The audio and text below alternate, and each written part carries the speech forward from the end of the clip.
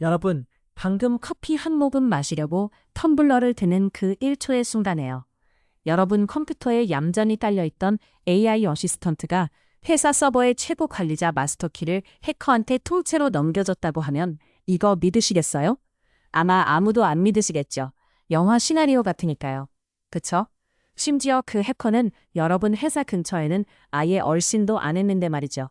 오늘 저희가 이 심층 분석 시간을 위해서 여러분이 보내주신 엄청난 양의 자료들을 쭉 훑어봤거든요. 근데 진짜 제가 지금 사이버펑크 소설을 읽고 있는 건지 실제 보안 보고서를 읽고 있는 건지 헷갈릴 정도였습니다. 저도 자료 보면서 좀 소름이 돋았거든요. 맞아요. 오늘 우리가 파헤칠 자료가 바로 2026년 3월 31일에 센티넬1, 그 센티넬1이죠. 거기서 발표한 아주 충격적인 보고서입니다. 이게 그냥 흔한 랜섬웨어 걸렸다 이런 단순한 해킹 사건이 아니잖아요. 전혀 아니죠.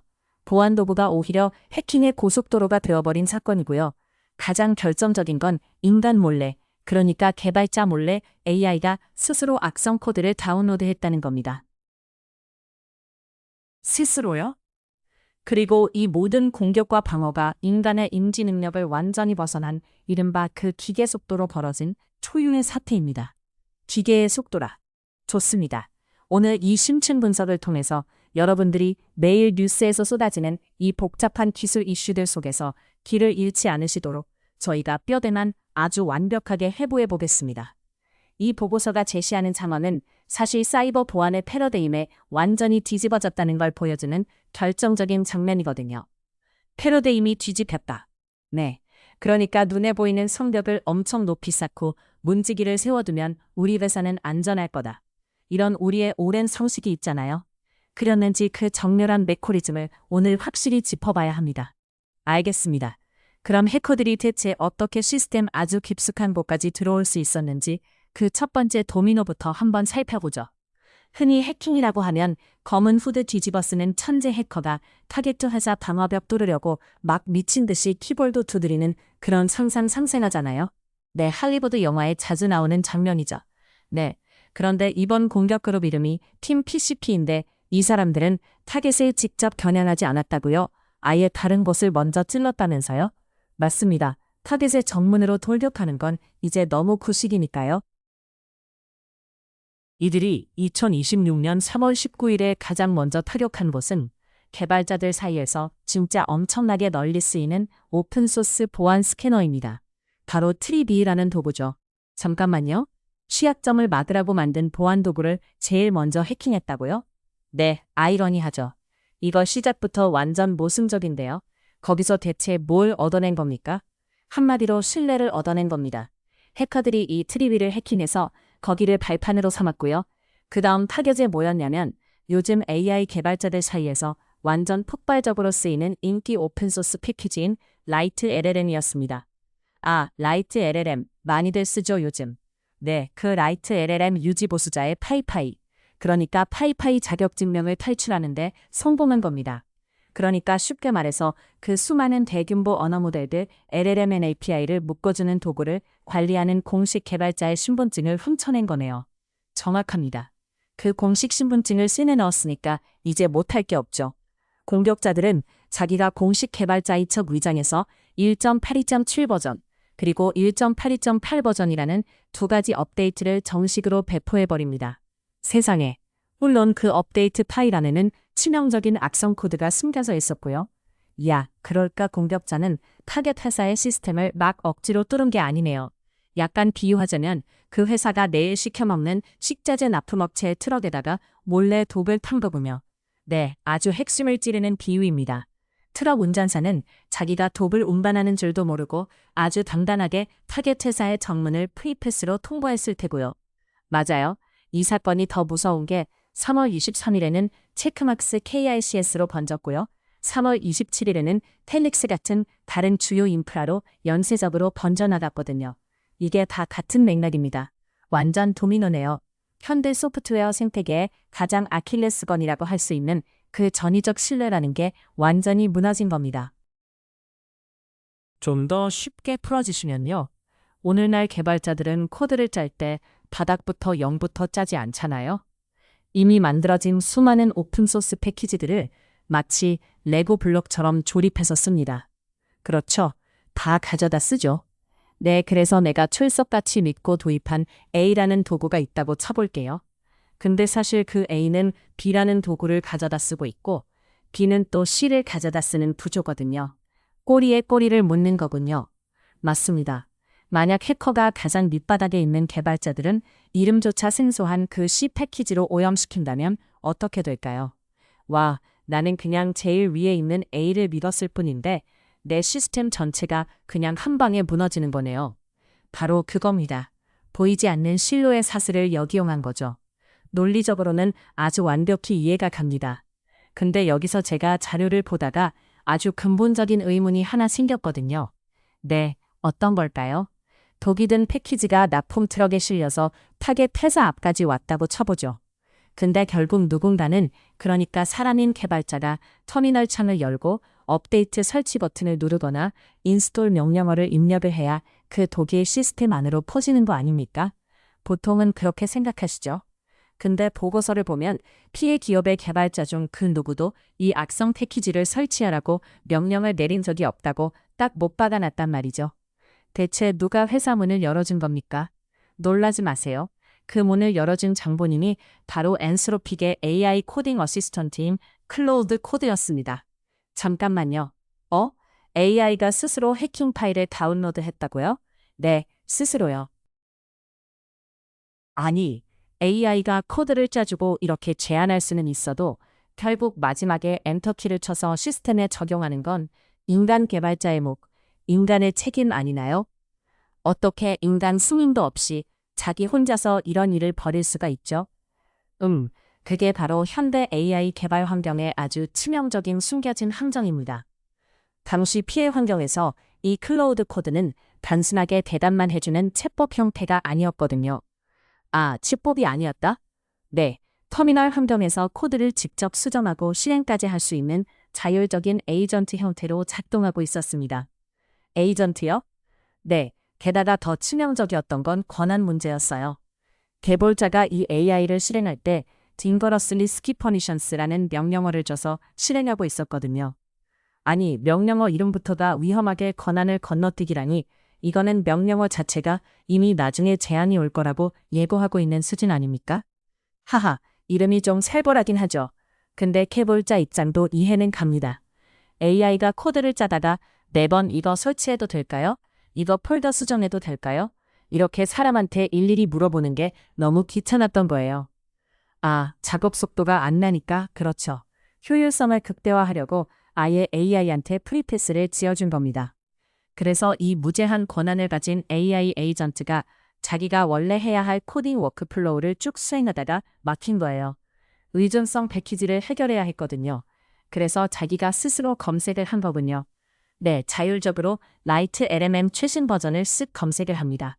그리고 그게 며칠 전에 해커한테 오염된 버전이라는 사실은 꿈에도 모른 채로 단 1초의 망설임도 없이 그냥 스스로 설치를 진행해버린 겁니다. 인간이 중간에 검토하거나 대입할 틈조차 아예 없었네요. 완전히 배려된 상태였죠. 이거 진짜 너무 소름 돋는 상황인데요. 약간 이런 거네요. 여러분이 회사에서 업무 좀 덜어보겠다고 엄청 똑똑한 인턴을 하나 뽑았습니다. 그러고는 일 처리 빨리빨리 하라고 그 인턴한테 회사 법인카드랑 출입통제실 마스터키를 전부 다 쥐어준 거예요. 네, 알아서 하라고 한 거죠? 그러고는 야, 필요한 프로그램은 네가 알아서 결제해서 닦아놔 라고 지시한 거나 다름없네요. 근데 그 인턴은 뛰어난 효율성을 발휘해서 시장에서 제일 최신 사과를 한 상자 턱 사왔는데 하필 그게 백설공주의 독사과였던 거고요. 와, 완전 섬뜩하지만 정확한 묘사입니다.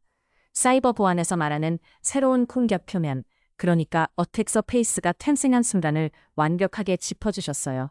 새로운 공격 표면이요?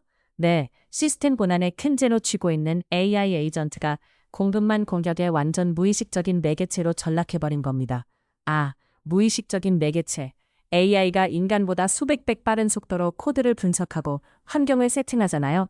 근데 그만큼 악성 패키지를 비판 없이 그냥 확 수용해서 시스템 아주 깊숙이 꽂아 넣는 속도 역시 인간과는 비교할 수 없을 정도로 빠르다는 거죠.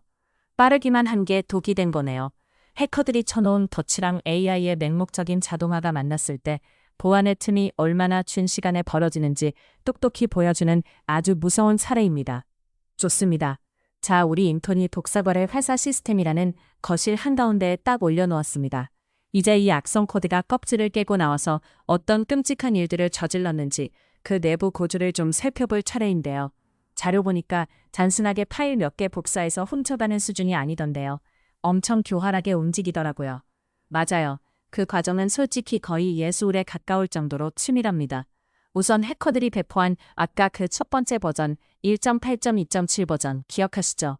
네네. 그건 개발자가 라이트 LMM과 관련된 특정 파이썬 파일을 직접 실행할 때만 동작하도록 설계가 돼 있었어요. 좀 얌전했죠? 그나마 함정적이네요. 근데 며칠 뒤에 배포한 두 번째 1.82.8 버전은 이 폭발 반경을 극단적으로 넓혀버립니다. 파이썬 언어 자체의 구조적인 약점을 아주 제대로 파고든 겁니다. 언어의 약점을 파고들었다고요? 네, 확장자 중에 PTH라는 확장자가 있거든요. 이걸 악용해서 리텔 LMM _init.pth라는 파일을 슬쩍 심어둡니다. PTH 파일이요? 그게 무슨 역할을 하는데요? 이 파일이 시스템에 존재하기만 하면 피해자가 그 라이트 앨런 패키지를 전혀 쓰지 않더라도 그냥 컴퓨터에서 파이썬이라는 프로그램이 시작될 때마다 무조건 악성 코드가 백그라운드에서 실행되게 만들어버린 겁니다. 와, 파이썬만 켜도 무조건 감염된다고요? 아니, 데이터 과학자나 AI 개발자면 하루에도 수십 번, 수백 번씩 파이썬 켤 텐데 이거는 숨 쉴 때마다 무조건 도가스를 마시게 만들어 놓은 거나 마찬가지네요. 그 표현이 아주 정확합니다. 숨 쉴 때마다 파이썬이 실행이 되면 총 3단계의 은폐 전술이 쫙 시작됩니다. 3단계요? 1단계는 뭡니까? 1단계는 베이스 64 디코딩을 활용한 위장입니다. 원래 악성 키들을 다른 백신들이 못 알아보게 알 수 없는 문자열로 한 번 꽉 놓는 거예요. 아, 텍스트를 복잡하게 섞어 놓는 거군요. 쉽게 말해서 기존의 백신 프로그램들이 알아보지 못하게 투명 잉크로 지령을 써놓은 것과 같습니다. 문지기들이 정보자 명단, 그러니까 시그니처를 들고 검사를 해봤자 그냥 깨끗한 텍스트 뭉치로 보이게 만든 거죠. 투명 잉크로 써서 보안 문지기를 통과했다. 그 다음 2단계는요. 2단계는 본격적인 정보 약탈입니다. 시스템 환경 종문은 물론이고 개발자가 자기 컴퓨터에 저장해둔 암호화폐 지갑 증보, AWS나 GCP 같은 클라우드 자격증명, 애플리케이션 비밀번호, 이런 아주 알짜배기 권한 키들을 모조리 긁어 모읍니다. 클라우드 키를 털렸다는 건 그냥 그 회사 인프라 전체로 향하는 고속도로 토지가이트가 열렸네요. 내 회사가 통째로 넘어간 거죠. 근데 여기서 또 질문이 있습니다. 이렇게 엄청난 양의 데이터로 훔치고 컴퓨터 안에 막 뒤적거리면 아무리 둔감한 시스템이라도 뭔가 이상하다는 걸 눈치채지 않나요? 관리자 도구 켜보면 뻔히 수상한 프로세스가 돌아가는 게 보일 텐데요. 그래서 바로 3대인 지속성 확보 및 은폐 전략에 들어갑니다. 이 녀석들은 자신들의 악성 스크립트를 시스몬 서비스라는 이름으로 시스템에 아예 등록을 해버려요. 시스몬이요? 그건 합법적인 프로그램 이름 아닌가요? 맞아요. 리눅스 같은 데서 아주 널리 쓰이는 시스템 모니터링 도구 이름이거든요. 그러니까 관리자가 작업 관리자를 띄워서 보더라도 아, 그냥 시스템 모니터링 대문이 정상적으로 돌아가고 있네? 하고 그냥 넘어가도록 착시를 유도한 겁니다. 와, 신분점을 아예 경찰 신분점으로 위조를 했네요. 그렇죠. 게다가 더 기가 막힌 건 보통 악성 코드를 분석하는 가상 환경인 샌드박스라는 게 있거든요. 이걸 피하려고 처음에 딱 설치되고 나서 5분 동안은 아무 동작도 안 하고 말 그대로 죽은 척을 합니다. 5분 동안이요? 네. 그러다가 5분 지나면 일어나서 50분마다 한 번씩 몰래 외부의 명령 제어 서버, C2 서버랑 통신하면서 다음 지시를 받는 거죠. 5분 동안 숨을 참고 죽은 척을 해서 보안 검색대 시선을 쓱 피한다고요? 아, 진짜 소름 돋네요. 근데 잠깐만요. 보고서를 보니까 이 쿠버네티스 환경에서 수평적으로 이동하면서 특권 포드를 생성했다. 이런 내용이 나오는데 이건 너무 전문 용어라서 솔직히 와닿지가 않거든요. 용어가 좀 어렵죠. 네, 이걸 쉽게 말해서 해커들이 내 시스템 안에다가 자기들만의 취해법권 구역을 몰래 지었다. 이렇게 이해하면 될까요? 오, 취해법권 구역이라는 표현이 아주 찰떡이네요. 조금 더 구체적으로 설명하자면 해커들이 피해자의 서버, 즉 집에 몰래 숨어 들어와서요. 그 피해자 집에 굴러다니는 아주 평범하고 흔한 벽돌이 있어요. 누구나 쓰는 알파인 레이티스라는 표준 컨테이너 이미지가 있거든요. 아, 표준 이미지를 썼다고요?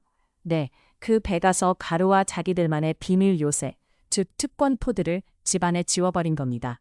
그 요새 안에서는 타겟 노드의 루트 본한, 그러니까 집안의 모든 방문을 다 열 수 있는 마스터 키를 마음대로 휘두를 수 있게 된 거죠. 와, 도둑이 내 집에 들어와서 내 집 벽돌로 비밀 언크를 짓고 그 안에서 내 집 문서를 마음대로 열람하고 있었다니 진짜 기가 막힙니다. 그럼 그렇게 훔쳐낸 막대한 정보들은 어떻게 밖으로 빼돌렸나요? 안 들키고 빼내는 것도 보통 일이 아니었을 텐데요. 맞아요.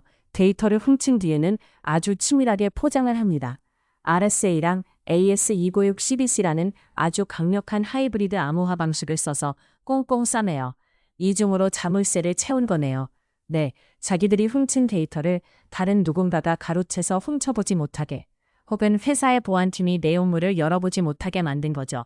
이걸 TPCPO TLG라는 아주 평범해 보이는 파일로 압축을 합니다. 네, 그리고 결정적으로 이걸 modules.lightlm.cloud라는 주소로 전송을 해버려요. 잠깐만요. 그 전송 주소요. lightlm 패키지를 쓰고 있는 환경에서 lightlm의 클라우드 주소로 데이터를 보냈다. 그러면 시스템 반합 입장에서는 이건 완전히 합법적이고 정상적인 API 통신 트래픽처럼 보였겠네요. 정확하게 보셨습니다. 바로 그 점이 이 전제 공격에서 가장 뼈아픈 대목이에요. 완전히 속았네요. 정리해볼까요? 프로그램 이름은 합법적인 모니터링 도구인 시스먼으로 위장했죠. 번커를 지을 땐 누구나 쓰는 표준, 알파인 의미를 썼죠. 심지어 데이터를 빼돌릴 땐 예상된 정상 목적지로 보냈잖아요. 모든 게 완벽하게 합법적이네요. 네, 모든 것이 완벽하게 진짜 합법적인 신분증과 여권을 내밀고 진행이 된 겁니다. 이야, 그럼 이게 도대체 무슨 의미인지 우리 한번 짚고 넘어가야겠습니다. 기존에 우리가 굳게 믿고 있던 보안 정책들 있잖아요. 방화벽 튼튼하게 세우고 화이트리스트에 있는 허락된 주소로만 통신하게 만들고 이런 방식으로는 이제 이런 공격을 막는 게 사실상 불가능하다는 완전한 사망 선고 아닙니까? 맞습니다. 아주 뼈아프지만 인정해야 하는 현실이죠. 설정이 올바른지 사전에만 딱 확인하는 정적 보안이나 컨테이너가 베풀 때 입구에서 입장권만 스쿨터 보고 들여보내는 방식의 방어는 이제 끝났습니다. 입장권 검사로는 안 된다. 네, 정상적인 입장권을 내고 합법적으로 들어온 녀석이라도 그가 시스템 안에서 런타임, 그러니까 실제로 어떤 행동을 하는지를 실시간으로 감시해야 합니다. 그 이면에 숨겨진 의도를 파악하는 이 런타임 보안이 없다면 기업의 인프라는 진짜 한순간에 모래성처럼 무너질 수밖에 없어요. 자, 정말 절망적인 상황까지 왔는데 여기서 분위기라반 싹 반전시켜보죠. 이렇게 완벽한 위장수를 펼치면서 인간 몰래 AI까지 조종해서 들어온 이 극악무도한 공격이요. 대체 어떻게 단 하루 만에 그것도 인간 보안팀 직원이 알람을 보고 대응하기 전에 차단될 수 있었던 겁니까? 아까 주신 자료 보니까 핵심이 바로 이 반격의 순간에 있더라고요. 공격이 본격적으로 시작된 2026년 3월 24일, 그 당일에 센티넬1의 AI 기반 보안 플랫폼인 싱귤레리티 플랫폼이 있었어요. 거기 맥OS 에이전트가 이 은밀한 움직임을 덜 밑에 낚아챘습니다. 어떻게 낚아챈 거죠? 여기서 제일 흥미로운 건 센티넬1이 이 악성 패키지의 이름이나 회식것 같은 수배 전단을 미리 알고 있었던 게 아니라는 겁니다. 진영 수배 명단에 없는 아예 처럼 보는 얼굴인데 어떻게 범인인 줄 알고 잡았다는 거죠? 바로 방금 말씀드린 그 런타임 행위 분석에 빛을 발한 겁니다. 에이전트는 파일의 겉모습이나 이름표를 본 게 아니라 행동의 맥락을 읽어냈어요. 행동의 맥락이요? 네. 파이썬 인터프리터가 평범하게 쓱 돌아가다가 갑자기 시스템의 쉘, 그러니까 배시나 ZSH 같은 걸 하위 프로세스로 몰래 띄우는 거예요. 수상한 행동을 시작한 거군요. 그러더니 베이스 64로 암호화된 키이한 텍스트 뭉치를 확 풀어서 실행하려는 그 찰나의 순간을 딱 포착한 겁니다. 아, 투명 잉크를 종이에 막 비추는 그 순간이요? 맞아요. 정상적인 모니터링 프로그램이나 일반 라이브러리가 굳이 자기 코드를 투명 잉크로 숨겨놓고 시스템 깊숙한 쉐일을 건드릴 이유가 상식적으로 전혀 없거든요. 그래서 에이전트는 이 일련의 행동 패턴 자체를 즉시 멜리셔스, 즉 악성으로 규정해버린 겁니다. 와, 이거 진짜 놀라운 접근인데요. 백신의 개념 자체가 완전히 바뀐 거잖아요. 너 이름이 뭐야? 우리 블랙리스트 장부에 네 이름 있어. 이렇게 묻는 거 아니네요? 아니죠. 마이노리티 리포트 영화처럼 잠깐, 네가 지금 우리 집 거실에서 갑자기 바지를 꺼내고 칼을 갈고 있네? 네 신분증에 뭐라고 적혀있든 간에 넌 지금 강도짓을 하려는 거야? 하고 그냥 바로 제압해버렸다는 거 아닙니까? 와, 진짜 훌륭한 비유입니다. 범죄의 의도 자체를 행동으로 파악한 거죠. 근데요, 이 반어에서 가장 경이롭고 소름 돋는 부분은 따로 있습니다. 아직 더 남았나요? 네, 바로 속도와 자율성입니다. 에이전트가 이 악성 행위를 감지한 직후에요. 단 44초 만에 무려 424개의 관련 이벤트를 선제적으로 즉 강제 종료시켜버렸습니다. 44초 만에요? 네, 처음에 그 클로우드 코드에서 시작된 좀비 프로세스들 있죠. ZSH, 배시, 파이썬 3.12 이런 거 합쳐서 304개에 달하는 복잡한 프로세스 트리의 뿌리를 단숨에 쭉 추적해서 그냥 싹둑 잘라낸 겁니다. 와, 44초 만에 그 모든 걸요? 이거는 보안관리센터 SOC 직원들이 알람 소리 듣고 뭐지? 하고 커피잔 내려놓기도 전에 상황이 끝났다는 거네요. 인간은 아예 개입조차 하지 못했습니다. 아니, 개입할 필요가 없었죠. 바로 이것이 우리가 말하는 자율보안 인텔리전스 ASI의 진정한 의미입니다. 아, 자율보안이요? 과거에는 보안 시스템이 알람을 딱 띄우면 인간 분석가가 로그 뒤지고 이거 오탄지 아니야 하면서 피해 범위 파악하는데 최소 몇십 분에서 길게는 몇 시간이 걸렸잖아요. 맞아요. 맨날 밤새고 그랬죠. 근데 해커들은 스크립트로 1초에 수만 번씩 코드를 실행한단 말이죠. 이 인간 주도의 조사 시간과 기계의 공격 속도 사이에 거대한 격차가 있습니다. 조직이 털리고 치명타를 입는 골든타임은 바로 그 간극 속에서 발생하거든요. 그 짧은 시간에 다 털리는 거군요. 네, 인간의 속도로는 기계의 속도로는 결코 절대 따라잡을 수 없다는 명제가 이번 사건으로 완벽하게 증명된 셈이죠. 와, 기계의 속도로 덤벼드는 공격은 무조건 기계의 속도로 맞불을 놔야만 막을 수 있다는 뜻이군요. 진짜 방패가 스스로 생각해서 초음속 미사일을 공중에서 그냥 바로 요격해버린 거나 다름없는 아주 통쾌한 방어전이었습니다. 네, 맞습니다. 여러분이 분석을 의뢰해 주신 이 자료가 우리한테 안부기는 교훈을 짧게 3가지로 요약해 볼 수 있겠네요. 네, 정리해 주시죠. 첫째, 현대의 해커들은 절대 단단한 정문을 두드리지 않습니다. 오픈소스 생태계라는 거대하고 아주 복잡한 실로의 우회로를 파고듭니다. 신뢰를 악용한다. 둘째, 여러분의 업무를 편하게 돕는 자율형 AI 에이전트한테 생각 없이 쥐어준 무제한 권한이며 인간이 충자할 수 없는 속도로 치명적인 악성 코드를 시스템에 이식하는 트로이 목마가 될 수 있습니다. 권한 남용의 위험성이네요. 셋째, 이 완벽하게 위장된 조보속의 공격을 막아낼 유일한 방법은 과거의 서명 기반 수동적 확인이 아닙니다. 기계의 속도로 상대방 행동의 맥락을 싹 분석하고 자율적으로 차단하는 차세대 AI 방어 아키텍처뿐이라는 점, 이걸 꼭 기억하셔야 합니다. 네, 좋습니다.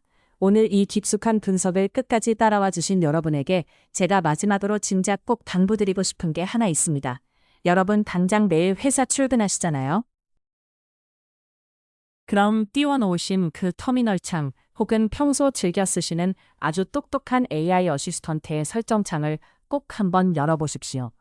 과연 이 AI가 내 시스템에서 대체 어디까지 손을 댈 수 있는 권한을 가지고 있는지 말입니다. 압도적인 편리함이라는 아주 눈부신 비트 위에는 항상 가장 짙고 치명적인 리스크의 그림자가 도사리고 있다는 사실을 우리는 오늘 이 두 눈으로 확실하게 확인했습니다. 맞아요. 개발판 일을 위해서 그 위험한 권한 무시 옵션을 습관적으로 막 허용하는 문화. 이건 진짜 조직의 생존을 걸고 당장 멈춰야 할 러시안 룰렛 같은 도박입니다. 여러분이 주신 자료 덕분에 오늘 우리는 사이버 보안의 지형 자체가 송두리째 바뀌는 아주 흥미로운 현장을 목격했습니다. 자, 오늘 분석을 마치면서 여러분이 오늘 밤 잠들기 전에 한 번쯤 공공이 씹어볼 만한 약간 도발적인 질문을 제가 하나 던져볼게요. 어떤 질문이죠? 오늘 우리가 본 이 사건에서는 정말 다행히도 방어하는 AI가 기계 속도로 공격을 팍 낚아채서 막아냈잖아요. 근데 만약에 저 바깥의 공격자들 역시 지금보다 훨씬 더 고도로 자유로화된 공격용 AI를 본격적으로 풀어놓는다면 어떻게 될까요? 와, 공격용 AI요? 네, 공격용 AI가 단어 AI의 탐지 패턴을 실시간으로 막 역분석하는 거예요. 그래서 자기 악성 코드의 위장 형태나 행동 패턴을 1초에 수천 번씩 스스로 알아서 변형해가면서 창을 뚫고 들어오려고 한다면요. 이야, 진짜 등골이 서늘해지는 상상이네요. 나노초 단위로 공격과 방어가 꽁꽁 맞붙이치면서 형태를 계속 바꾸는, 그야말로도 인간은 개입할 수 없는 기계들끼리의 자율적인 사이버 전쟁이 펼쳐지겠군요. 바로 그겁니다. 우리 인간은 그저 모니터 화면 위로 막 깜빡이는 수만 개의 종류로 그만 입 벌리고 멍하니 바라볼 수밖에 없는 통제불능의 전장이 열리는 거죠. 창과 방패가 인간을 완전히 패지한 채 진화하는 이 무한한 싸움 속에서 과연 우리 인류는 우리 시스템에 대한 궁극적인 통제권을 끝까지 지켜낼 수 있을까요? 내일 아침 컴퓨터 전원 버튼을 딱 누르시면서 이 선har한 질문의 답을 스스로 한번 상상해 보시기 바랍니다. 여러분의 스마트하고 안전한 디지털 생존을 굳게 기원하면서도 오늘 심층 문속 시간은 여기서 이만 마치겠습니다.